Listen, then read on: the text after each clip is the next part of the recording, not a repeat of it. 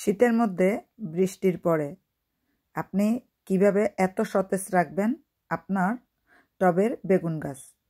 টবের বেগুন গাছে দেখেন বৃষ্টির পরে গাছ কেমন নষ্ট হয়ে গিয়েছে, আপনারা দেখে বুঝতে পারতেছেন।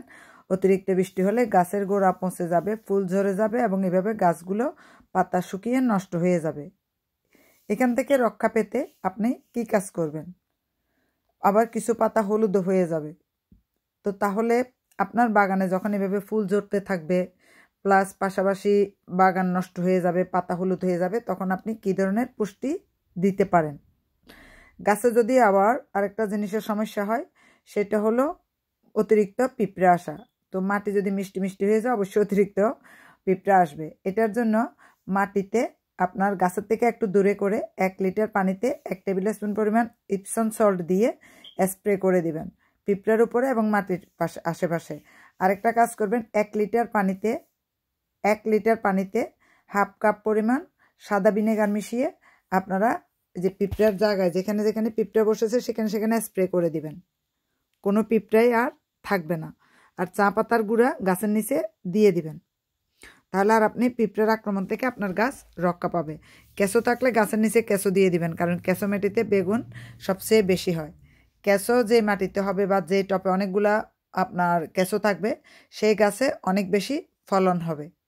তাই জন্য টবের গাছের যখন আপনি দেখবেন ফুল ঝরে যাচ্ছে, তাহলে আপনার গাছে পুষ্টি দিতে হবে। আর গাছের যেন তলে মাটিগুলো একটু ধরে দেখবেন ঝরঝরে আছে কিনা, বেশি ভিজা কিনা, কারণ বৃষ্টির পরে যত্ন জরুরি। আর বৃষ্টির পরে যদি আপনার গাছের নিচে অতিরিক্ত ভিজা থাকে মাটিগুলো, তাহলে আপনাকে যেটা করতে হবে খড়কুটো দিয়ে রাখতে হবে।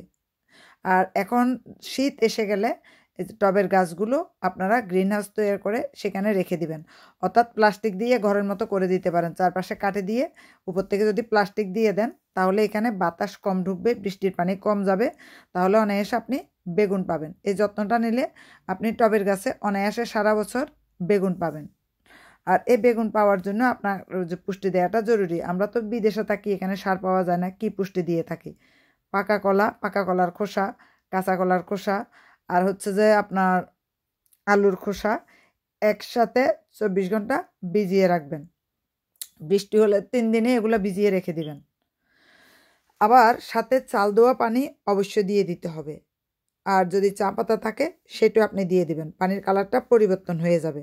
এইভাবে দেখেন, কলার খোসা, আলুর খোসা, পেঁয়াজের খোসা, রসুনের খোসা, ডিমের গুঁড়া, তারপরে ভাতের যে চাল দেওয়া পানি একসাথে মিশিয়ে রাখার পরে পানিটার কালারটা কি এসেছে দেখেন। 24 ঘন্টা মিশানোর পর আর 2-3 দিন যদি আপনি ভিজিয়ে রাখেন, তাহলে তো অবস্থা বুঝতে পারতেছেন। এই যে দেখেন, এখন আপনি আরেকটা কাজ করবেন। বৃষ্টির পরে এই যে টবের গাছে আপনাকে পানি দেওয়ার আগে যেটা করতে হবে, শুকনো পাতা দিয়ে দিতে হবে। শুকনো পাতা দিয়ে, এখন শুকনো পাতা খুব পাওয়া যায় সব জায়গায়, পার্কে যান, বাগানে যান, রাস্তাঘাটে যান, বাড়ির চারপাশে শুকনো পাতাতে পরিপূর্ণ। কিছু শুকনো পাতা দিয়ে এভাবে কলার খোসা, আলুর খোসাগুলা গাছের গোড়াতে দিয়ে দিবেন। দিয়ে বৃষ্টির 2 দিন পরে মাটি আগে ধরে দেখবেন যে ঝরঝরা আছে কিনা। ঝরঝরা থাকলেই আপনি প্রথমে এই খোসাগুলা দিয়ে উপরে কিছু পাতা দিয়ে দিবেন, তারপরে গাছের গোড়াতে এই যে পানিটা দিয়ে দিবেন। তাহলে আপনার অনায়াসে বেগুনের ফলন কয়েক গুণ বেড়ে যাবে, একটা ফুলও ঝরবে না। এই কাজটা যদি করেন, একটা ফুলও ঝরবে না আপনার গাছ, এবং অনেক বেশি সতেজ হয়ে যাবে। এই যে দেখেন, গাছের গোড়াতে পাতা, খড় এগুলো দিয়ে দিতে হবে, তাহলে গাছের গোড়া নষ্ট হবে না, ফুলও ঝরবে না। আর যদি দেখেন যে একটু একটু ফুল চলে আসছে, তাহলে আপনি গাছে যদি পোকামাকড় থাকে, তাহলে অবশ্যই ভিনেগার মিশ্রিত পানি দিয়ে স্প্রে করে দিবেন, অথবা সিসল মিশ্রিত পানি দিয়ে স্প্রে করে দিবেন। সাথে লেবু ভিজিয়েও পানিটা দিয়ে স্প্রে করে দিতে পারেন। আর হলো হরমোন পানি আপনি স্প্রে করে দিবেন, তাহলে একটা ফুলও আপনার ঝরবে না। গাছের গোড়ার মাটি যদি ভিজা থাকে, গাছ পচে যাবে, পাতা ঝরে যাবে, হলুদ হয়ে যাবে, কোনো ফসল পাবেন না।